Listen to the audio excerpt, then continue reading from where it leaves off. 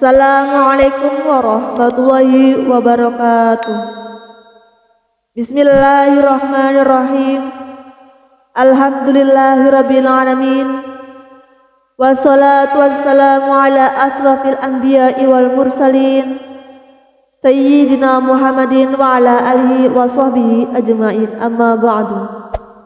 Sahabat cerita para wali yang diberkahi Allah Subhanahu wa taala, semoga kita semua selalu dalam lindungannya dan diberikan rezeki yang barokah, umur yang panjang agar senantiasa bersyukur kepada Allah Subhanahu wa taala.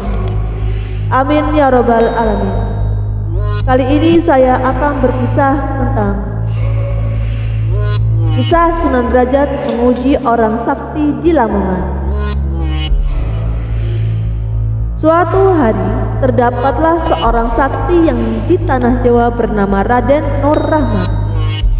Sunan Derajat penasaran dengan kesaktian Raden Nur Rahmat yang sudah populer di kalangan masyarakat. Dia berniat mengujinya. Pergilah ia dengan para pengawalnya ke kampung Patunon. Ketika sudah bertemu dengan Raden Nur Rahmat, Sunan Derajat meminta izin untuk menikmati air nira dan buah siwalan. Dia ingin mengambilnya sendiri. Dengan senang hati Raden Nur Rahmat mempersilahkan. Itu pohonnya diketuk 3 kali, langsung buahnya jatuh sendiri. Seluruh buah di pohon itu yang jatuh tidak tersisa.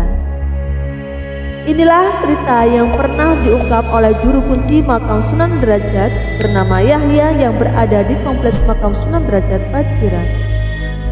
Singkat cerita, setelah buahnya berjatuhan, Raden Nur Rahmat sama sekali tidak heran. Tetapi dia malah geram. Raden tersebut berkata pada Sunan Derajat bahwa jika cara mengambilnya semacam itu, maka anak cucu kita kelak tak akan bisa menikmati buah siwalan dan air legen.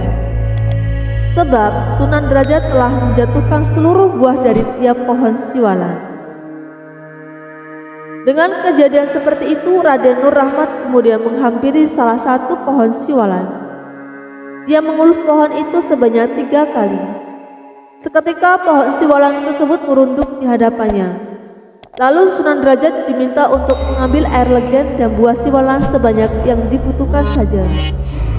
Setelah buah dipetik, pohon itu kembali tegak seperti sedia kala. Dari situlah Sunan Derajat menyaksikan sendiri kesaktian yang dimiliki Raden Nur Rahmat. Atas ujian yang mampu dilewati oleh Raden Nur Rahmat tersebut, Sunan Derajat memberinya gelar sebagai Sunan Sendang Dhuwur. Atas kejadian tersebut pula lah yang membuat keduanya begitu kompak. Bahkan dalam banyak hal, Sunan Sendang Dhuwur seringkali membantunya. Dulu di desa Patunon lebih sering disebut Sendang Dhuwur oleh masyarakat. Kini desa tersebut menjelma menjadi sebuah pemukiman yang semakin padat penduduk, sehingga membutuhkan ulama lain yang dapat membantu Sunan Derajat. Tanggung jawab untuk menyebarkan agama Islam di Lamongan kemudian tidak hanya dipegang oleh Sunan Derajat semata, tetapi juga dilakukan oleh Sunan Sendang Dhuwur. Wallahu a'lam bishawab. Wassalamualaikum warahmatullahi wabarakatuh.